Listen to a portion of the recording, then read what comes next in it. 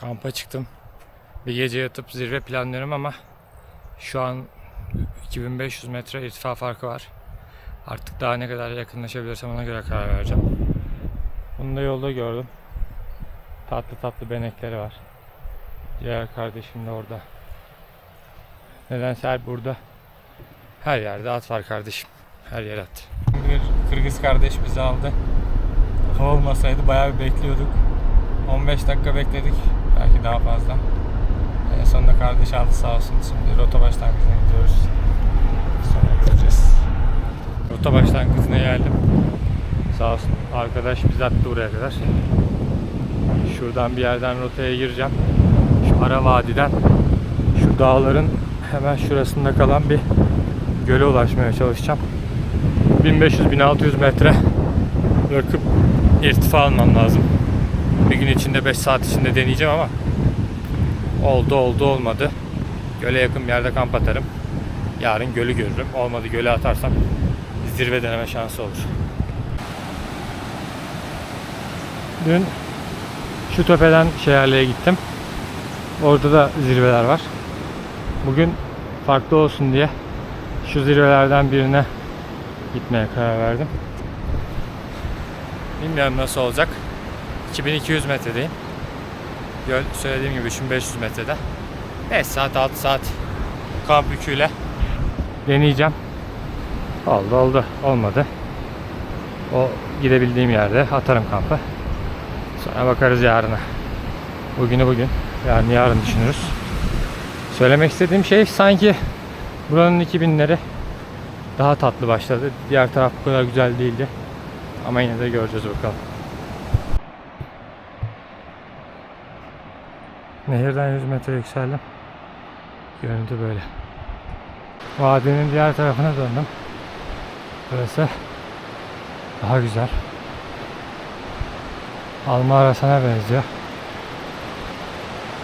Nehir etrafında tüngen miydi neydi? Ağaçlar kenarda böyle gidiyor. Havası gibi. Şurada bir tepe var. Bu vadiyi geçmem lazım. Çok merak ediyorum. Eğer göle ulaşabilirsem etrafındaki görünüm nasıl?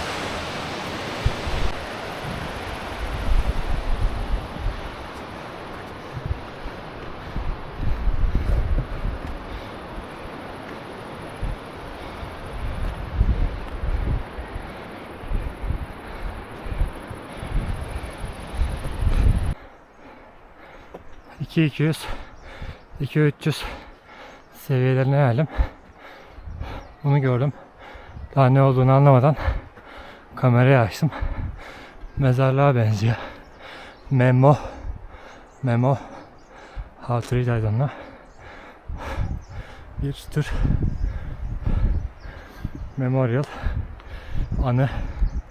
Savaş mı? Bombalama mı? Nedir bilmiyorum ama bir tür anıt. 20-30 tane mezar var. Ve buraya ulaşım kolay da değil. Gürcistan'da dağlarda ilk defa bayrak renklerinde rota yönergesi mi diyelim, işareti mi diyelim görüyorum. Daha önce kırmızı, beyaz ve sanki Rusya bayrak renklerini görmüştüm.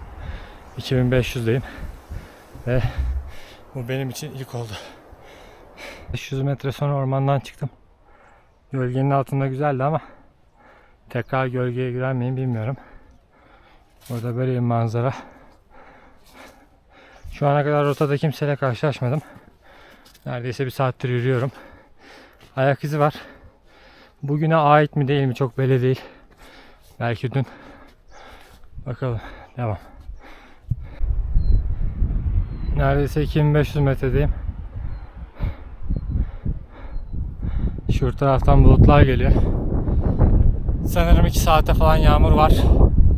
Yolda yakalanmazsam iyi. Yağmurluk giymek istemiyorum zaten. Terletiyor. Burada hava esiyor. 15 derece civarı sanırım.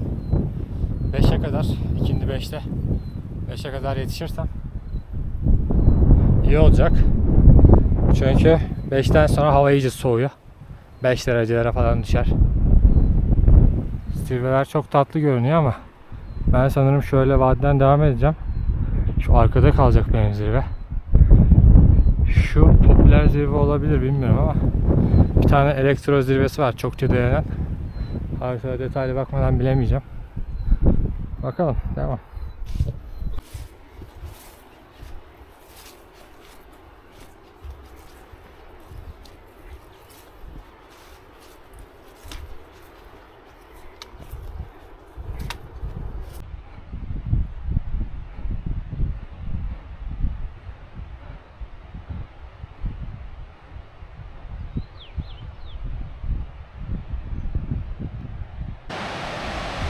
Yine vadiye döneceğim galiba. Şuraya gireceğim. Orası beni bulut yoğunluğundan dolayı korkutuyor. Şurada bir yağmur olacak 2 saate 3 saate ama saati kestiremiyorum ama kesin yağmur yağacak. Neyse. Ne kadar yükselmem lazım? Bir 1000 metre kadar daha yükselmem lazım. Çok fazla mı? Değil. Ama şu yağmur olayı beni yolda yakalarsa yağmurun durmamasından korkuyorum. Vadiyi yarım döndüm. Şöyle iki tepeyi atlattıktan sonra emin olmamakla birlikte gölün vadisinde olmayı umuyorum. 600 metrede bir su geçişi. Minikçe bir tane köprü yapmışlar. Adımlar.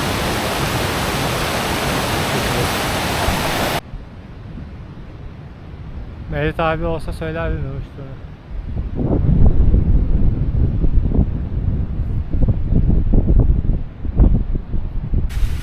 Burada 2900 metreye geldim. Burada atlar var. Sanırım meşhur bir tepe var. Elektro bu olabilir. Kamp alanı buralarda onun. Bu vatandaşlar da belki getir götür yapıyor olabilir. Çünkü çok fazla at var.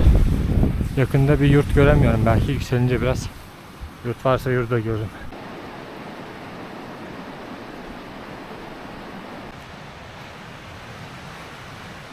...3100 metreye geldim.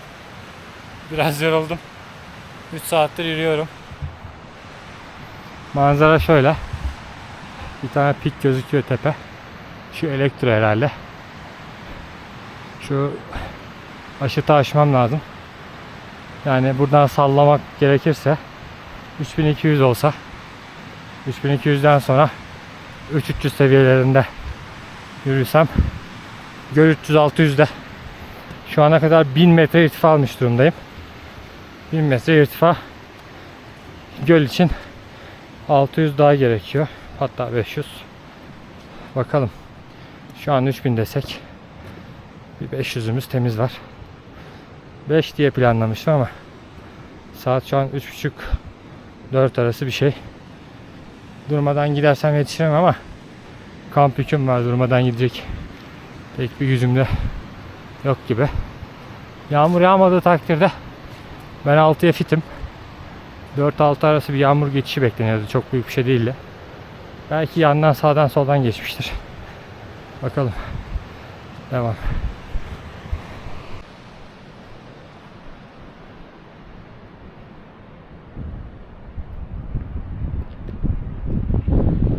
Yaklaşık 3100 metredeyim. Dağ kapandı. Ben bu yönden devam. 3100 metredeyim. Burayı aşmam lazım. Şu an için yolu görmedim ama ya sağdan ya soldan bir yerden yükselmem gerekecek. Sol bayağı dik. Sağda bir açıklık var gibi ama patikayı takip ediyorum şimdilik. Kamp yüküyle biraz zor gözüküyor ama artık bu tepeyi aşarsam 3-300-3-400 olur. Ondan sonra da göle bilmiyorum, bir tane daha bundan çıkar mı? Aşıda çıkmaya devam ediyorum. Yarısı bitti herhalde. 3200 civarı bir yerdeyim. Devam. Sanırım 2 Rus partner. Bir de yerel rehber. Rehberi görüyorsunuz ortada. Kaskı var. Yani kadının ayağındaki spor ayakkabı. Ne bileyim yani. Onu buraya getiren rehberim ben. İlginç. Neyse devam böyle. Sanırım 3300 civarında bir yerdeyim. Göle 300 metre kaldı. Ama bu göl işi çok sıkıntı. Şu aşıt da aşıtacak herhalde. Daha bir de burada irtifa kaybedersek ho 1 saatten fazla o kesin. 2 saat oynar burası. 1200 metredeyim. 3300'e doğru az kaldı. 3250 civarı. Hava bayağı kapattı. Bu saatlerde yağmur veriyordu. Şiddetli bir şey değildi ama bir iki atınca ben de yağmurla giydim. Bakalım. 1 saat civarı bir yol gösteriyor. Biraz dinlendim. Kuru meyve vardı. Biraz susam. Biraz da şimdi su içerim. Şu son düzlüğü atlatayım. Artık çadırı kurup bir uzanmak istiyorum. Yürü babam yürü. 3400 oldu. Hala yürüyorum. Bulut vardı şu arazide. Vadide. Aşağı doğru gitti. Bu vadide yağmur atıştırıyordu. Şimdi iyi.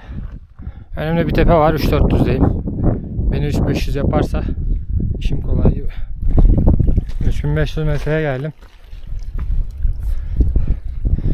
Burada herhalde elektronun buzulu var. Camp Adigin. Sol taraf lake 2 kilometre. Sağ taraf elektro için kamp alanı. O da 2 kilometre. Şu an tam ortadayım. Lake'e 2 kilometre gideceğim. Şu an şu 500'deyim.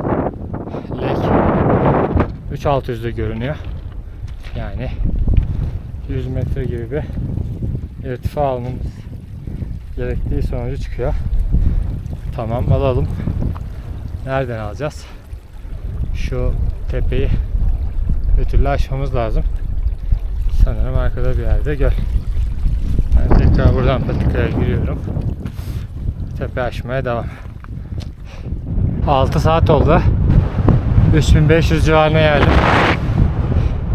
Göl 3600'de. Şuralarda bir yerde 1,5 kilometre bir şey var. Bakalım, yavaş yavaş gidiyorum. Burası soğuk. Her taraf kar. Rüzgar karın soğuğunu veriyor. 5-10 derece arası bir şey. Güneş hafiften gözükmese burasını buz keser. En iyisi seri bir şekilde çadırı kurup içine girmek. Güneşin de öyle düşünüyorum ki 1,5 saati falan var. Son anlarımız. 15 dakikadır şöyle küçük kaya parçalarında yürüyorum. Daha da yarım saat gösteriyor. Şu kayaların hepsini aşacağım. Sonra göl. Ondan sonra çadır. 6 saatlik yoldan sonra ki 1500 metre irtifa aldım. Bu zorlu yollardan geldim. Göl tabelasını görmek sevindirici. Ama gölü hala görememek üzücü. Daha ne kadar gitmeliyim? 6,5 saat sonra 3800 metre. 3600 mü? Artık her şeyi karıştırdım. Yorgunluktan. Göle ulaştım. Korunaklı bir yer bulup çadır atmam lazım. Göl suyu temizdir diye umuyorum. Girişi ve çıkışı var. Buraya bir an önce çadır atıp yatmak istiyorum. Hedeflediğim zirveyi bile bilmiyorum. Şu büyük olan sanırım. VKLSM ya da VLKSM. O bir noktadan sonra kar zorlayıcı olabilir. Hala bir ayı var açılması için. Bakalım, deneyeceğiz. Çadır burada. Göl burada. Zirve sanırım şu arkadaki dağ ama şurada bir kar buz geçişi var. O geçişi nasıl atlatırım ya da atlatabilir miyim bilmiyorum. Ya onun arasından. Bence zirveye oradan gidiyor. Alternatifi var mıdır bilmiyorum. Oradan yürünür mü onu da bilmiyorum. Dibindeki kar yakın mıdır onu da bilmiyorum. Şurada arkadaşlar, vatandaşlar 2 kişi orada ölçüm mü yapıyorlar bilmiyorum. Hiçbir şey bilmiyorum nedense. Hiçbir şey bilmediğim farkına vardım. Burada babaların kaldıkları, yemek yedikleri yer var. Bura bayağı soğuk. Yani 5 derecenin altında sanırım. Gece muhakkak eksilere düşer. Gelmeden önce hava durumuna baktığımda yarın güzel gözükecek. Güzel olacak gibi görünüyordu. Yağmur gözükmüyordu. Parçalı bulutlu. Günün yarısı güneşli şeklinde. Bilmiyorum saat kaçta kalkmam lazım. Yani normalde tırmanış amacıyla gelsem kesin bir 2'de falan kalkarım. Bu kar buzu kesinlikle bir gecenin köründe geçerim yani de. Hiçbir şey bilmiyorum şu an rota hakkında. Belki günün ışımasına yakın rota başına giderim. Baktım gidiyor gider. Zaten rota başı şurası. 3 saat falan sürüyor diye gözüküyor mevsimiyle. 2 kilometre çabuk yükseliyor. Rotanın zorluğundan. Bir deneyeceğim bakalım. İyi dinlendikten sonra bir problem olmaz. Bir de vatandaşlar geliyor. O vatandaşlara da bir sorarım durum nedir ne değildir. Uzmanlardan da bir görüş aldıktan sonra yarın hallederim. Neyse şimdi biraz soğuk. Vatandaşı bekleyeyim. Sonra çadıra gireceğim, çay may. Isınırım biraz. Sonra da baba zıbarır. Bulutlar orada. Benim üstüm açık. Arka taraf sıkıntılı. Yağış bırakır. Burada da bulut geçti ama yani 1 milimetre bırakmadı bile. Öyle bir geçişte.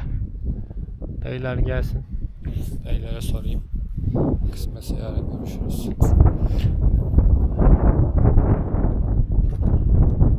İki Kırgız kardeşimle bir de Japon kardeşimizle burada konuştuk. Japon kardeşimiz bilimsel gelmiş. Glasyerlerin boyunu ölçüyormuş. Rota için zor dedi. Kramponsuz çok zor dedi. Şu başlangıca gidip yarın bakacağım. Oldu olmadı. Burada grup kalabalık. Onda uyuyoruz dediler. Ben de şimdi çadıra çekileceğim. Ortam iyi. Herkese iyi geceler dileyip